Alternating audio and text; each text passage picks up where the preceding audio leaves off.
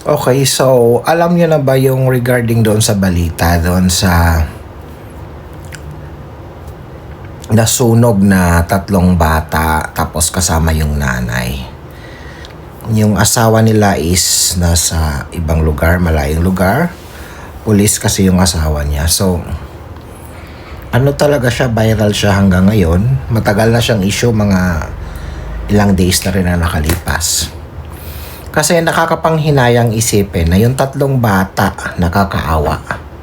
Nakakaawa isipin talaga kahit hanggang ngayon ramdam ko yung awa or nangihinayang ako sa bata. Sa future ng bata, sana inisip ko, nung una kong nabalitaan yon, talagang nagalit ako doon sa babae. Doon sa babae na ayon sa kwento nila, nagsunog daw. Sinunog daw yung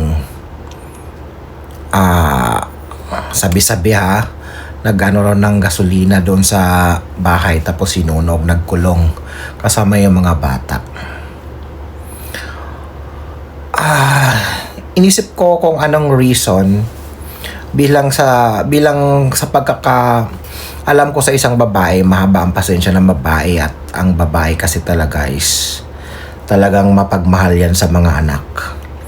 Hindi ko lubos maisip kung ano ang reason. So, hindi ko pwedeng sabihin na nasiraan or dahil sa depress or dahil sa stress. Kaya nagawa niya yon.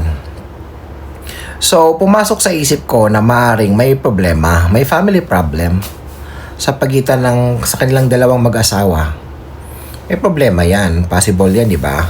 So, sa pagkalap-kalap ko, basa-basa ako, ayun na nga, pumasok na may ayon ka, hindi ko lang sure ha, ayon ano daw, may problem daw ang sa pagitan ng biyanan tsaka doon sa asawa niyang lalaki na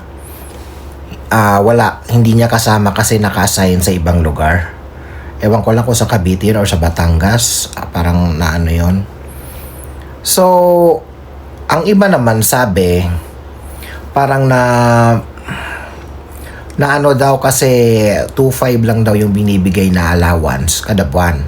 3 ang anak, so pinapaaral pa yung anak, 'di ba? Araw-araw silang kumakain. Compute natin yan 2.5. So i-times natin yan, i-divide natin yan sa 30 days na isang buwan equivalent. So papalo sa 83. Nasa 83 pesos ang budget ng pagkain sa araw-araw. Napakahirap anuhin yan, budgetin yan. Magkano ba ang minimum na sahod ng isang pulis? Ipagpalagay lang natin. Wait. Search ko lang ako magkano ang minimum na sahod ng pulis.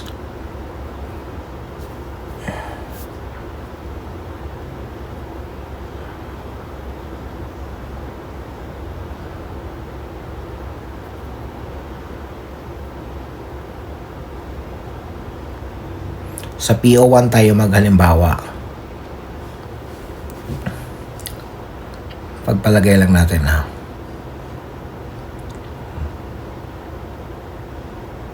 Okay.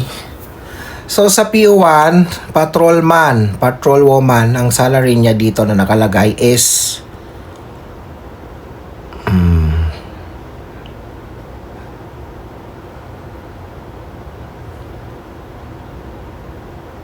dito tayo sa patrolman ha, 29,668. Pero, meron silang inclusion na various allowance and benefits that can raise total monthly of 35,000 to 40,000. Anong mayroon sa asawa niya at bakit 2.5 lang ang binibigay niya na kung saan inaabot naman ng 40,000 ang salary? Kahit nasabi nating 30,000 lang ang salary niya natatanggap, hindi reasonable yun na 2.5. Bakit? Saan niya ginastos yung iba? Saan niya ginastos yung ibang pera doon? Sana kahit ginawa man lang siguro yung 2.5, medyo ano-ano pa yun, acceptable pa siguro. 2.5. Kung 5,000, medyo okay pa yun ha. Hindi pa natin alam kung bukod doon sa binibigay na 2.5, kung may bigas na ba na naka-stack. For example, may isang sakong bigas, tapos ganon, tapos the rest, ulam na lang ang iisipin, pamasahin ng bata, baon, ganon na lang. Ang hirap isipin, ano? Imagine, 30,000 a month. Kahit man lang sana ginawa niyang 5,000, medyo nakaluwang-luwang pa yun pagka ganon. Pero inisip ko naman, doon sa 5,000, sa 2,500, may monthly rin ba nabayaran sila ng bahay? Hindi ko din naman sure yung ano na yun. Pero hindi reason yun eh. Kasi sa 30,000 na yan, malaki ang, pwede mo siyang bigyan ng 5,000. 'Di ba? Kahit 5,000 man lang sana ginawa niyang 5,000, hindi yung 2,500 kasi kahit paano man lang yung 83 pesos per day magiging 100 ano yun, 166.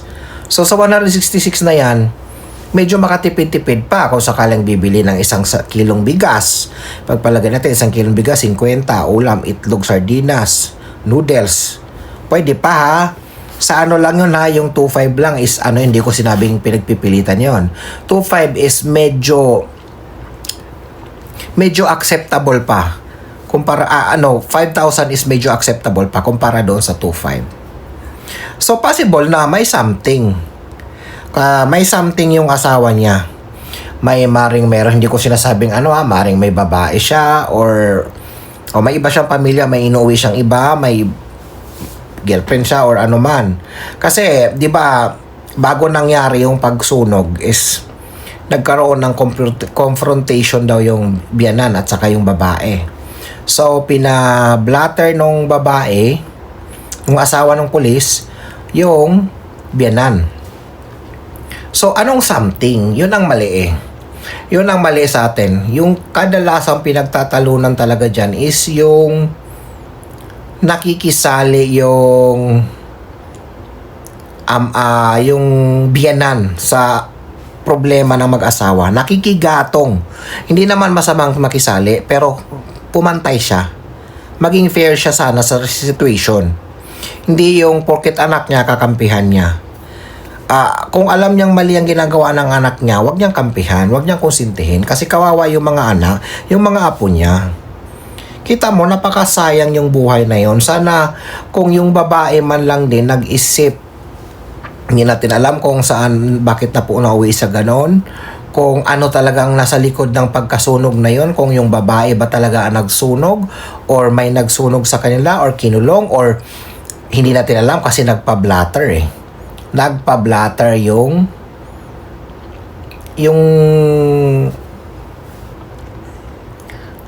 babae na asawa ng pulis, nagpa-blatter pinablatter niya yung biyanan. So anong reason ng pagpa-blatter niya kung walang tangka or walang banta sa buhay niya? 'Di ba? Kung isipin natin, so may mga ibang klaseng, may mga anggulo siguro yan, maobserbahan, malalaman natin yan kung ano talagang nangyari. Kasi according to kapitbahay, doon sa mga comment naman tayo naka-base, yung hindi daw umuwi yung lalaki doon. So, anong klaseng life na ba bilang isang asawa? Yung gano'n na hindi na siya inuuwi dyan. Ano ba, may day off naman yon, di ba? So, ibig sabihin, may iba yan. So, ang pagsisisi ngayon ng tatay is matindi. Pero, isa rin sa kasalanan niya rin yun. Pero kasalanan din nung babae, kung siya totoo man talaga na siyang gumawa nun, sana hindi niya dinama yung tatlong anak niya. Sayang yung future ng tatlong anak niya. 'Di ba? Nakakapanghinayang. So ayan na nangyari na yun. Sana magbigyan ng hustisya yung nangyari. Kung totoo man, kung sino ang dapat na managot dyan sa pangyayaring iyan. Di natin masasabi kung anong kwento nga ba. Nasunog. Sino magkwento? Sino ba yung makakapagpatunay na talagang yung babae ang gumawa ng pagsunog na yan? May nag-o-observe ba para magpaliwanag na sinunog kami, inano kami, ganon? Hindi natin alam.